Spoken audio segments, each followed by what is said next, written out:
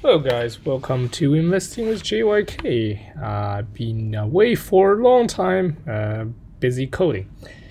Anyways, today I'll talk about again the unemployment. So I've been again noticing just how close U.S. is to a recession. And compared to the last time when I looked at the unemployment rate, the difference is that now it seems like the unemployment rate has bottomed and is on its way up. And I would just like to put that into a historical perspective. So let's just review these.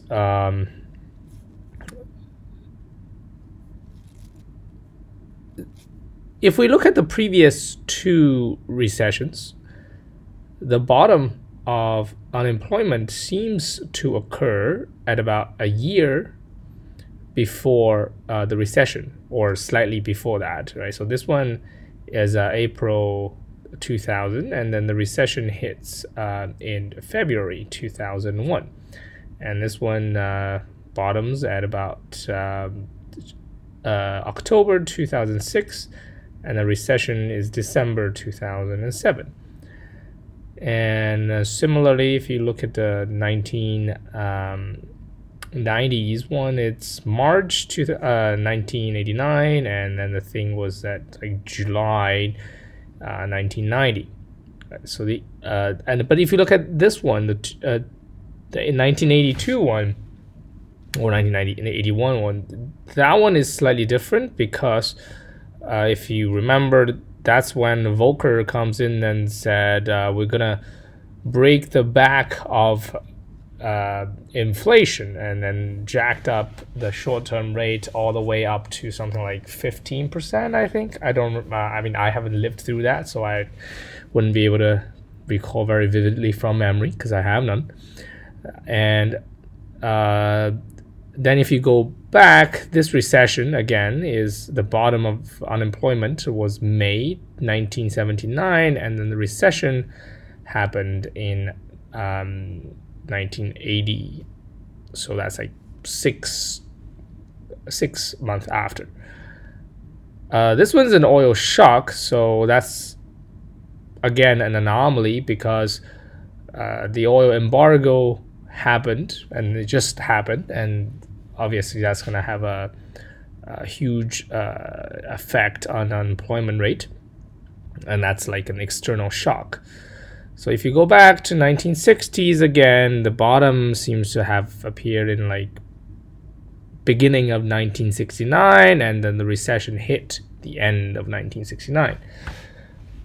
Okay, obviously you can see there are some bumps at the top of the range, like in the middle of the range, where you have like a little bump, and that's the higher the unemployment rate, these seem to have less of an effect. And the last time we had a small bump was end of like 2016, when we had an earnings recession, but not an actual GDP recession.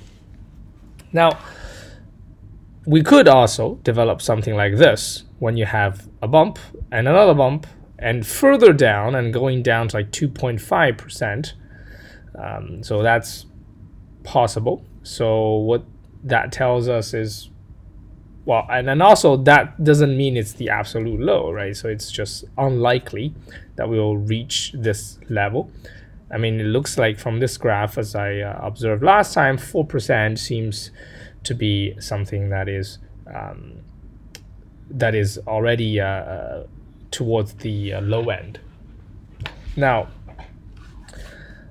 what does that tell us? That means the bottom of the unemployment seems to have been September 2018, or could even be November. So the recession might hit just this year.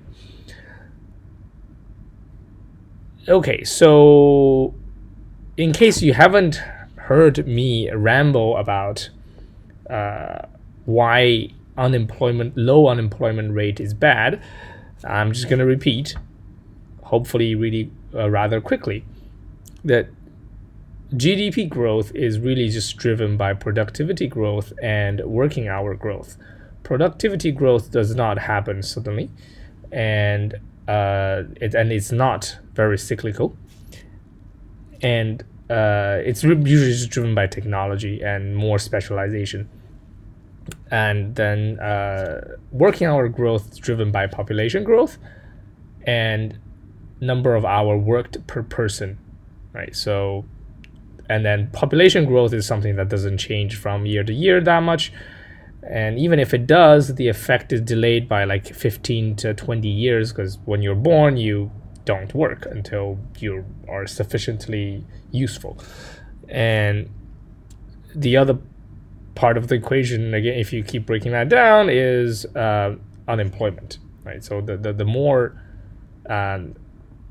unemployment there is, the higher the potential of lowering that. And once you lower unemployment, if you keep productivity steady or growing, then your aggregate GDP grows, because the name of GDP is gross domestic production product or whatever. So it's the amount of stuff you produce.